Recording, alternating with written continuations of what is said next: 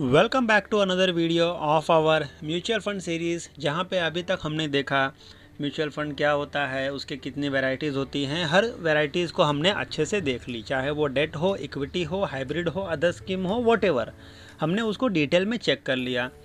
अब अगर कोई फ़ंड है तो उस फंड में कितना रिस्क है वो हम कैसे पता करें, बिकॉज़ हर एक आदमी का, हर एक इंडिविजुअल का रिस्क एपिटाइट अलग अलग होता है। Somebody wants to invest in high risk appetite fund जहाँ रिटर्न्स काफ़ी ज़्यादा मिले। कुछ लोग होते हैं जिन्हें भाई एकदम कम या मॉडरेट रिस्क चाहिए, रिटर्न्स कम आएंगे तो भी चलेगा।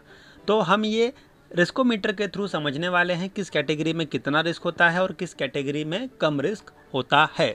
तो वीडियो को हम यहाँ पे शुरू करते हैं।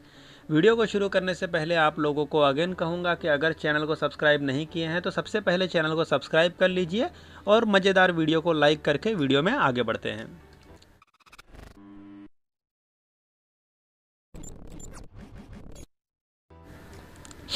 अभी आप यहाँ पे अगर देख सकते हैं लेवल ऑफ रिस्क, डेफिनेशन और types of mutual fund, 3 categories में इसको हमने डिवाइड किया हुआ है।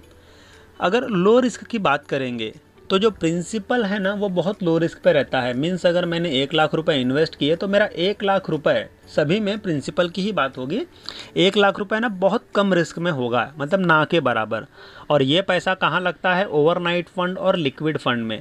अब आप लोगों ने अगर पिछली वीडियो देखी होगी तो आपको पता होगा कि ये डेट फंड की कैटेगरीज़ की बात हो रही है। दूसरा अगर हम देखेंगे तो मॉडरेट और लो रिस्क की बात अगर हम करेंगे, यहाँ पे लो है, यहाँ मॉडरेटली लो, थोड़ा सा लो से ज़्यादा होगा।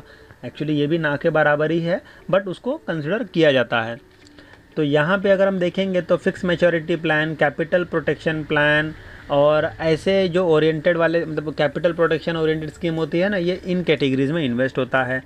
मॉडरेट रिस्क की अगर हम बात करेंगे तो income fund, conservative fund, income plans, वो जो हम बताए थे ना, ultra short term, long term fund, ये सब जो कैटेगरीज होती हैं ये मॉडरेटली लो और मॉडरेट रिस्क के अंदर आती हैं। अब दूसरा अगर हम देखेंगे मॉडरेटली हाई, अब यहाँ पे अगर आप देखेंगे ना तो सारे फंड्स हैं। अब कायदे से देखा जाएगा तो लार्ज कैप फंड में कम रिस्क होना चाहिए, स्मॉल कैप फंड में ज़्यादा रिस्क होना चाहिए, बट सभी को मॉडरेटली हाई के कैटेगरी में रखा हुआ है। क्योंकि अगर मार्केट गिरेगा तो तीनों के तीनों ही सेक्टर गिरेंगे, मार्केट चढ़ेगा तो तीनों के तीनों ही सेक्टर चढ़ेंगे।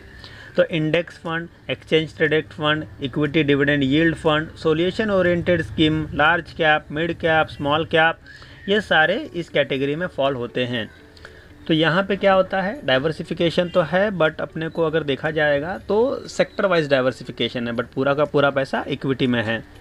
हाई रिस्क की अगर बात की जाएगी तो यहाँ पे प्रिंसिपल काफ़ी हाई रिस्क में होता है। यहाँ पे हम बात कर रहे हैं सेक्टर और थीमेटिक फंड, जो कि हमने इक्विटी कैटेगरी में देखा हुआ था। पूरा का पूरा पैसा आईटी में लगेगा, पूरा का पूरा पैसा इंडस्ट्री में लगेगा, इंफ्रास्ट्रक्चर में लगेगा, पूरा का पूरा पैसा फार्मा में लगेगा। तो ये काफ़ी हाई रिस्क वाला हो जाता है।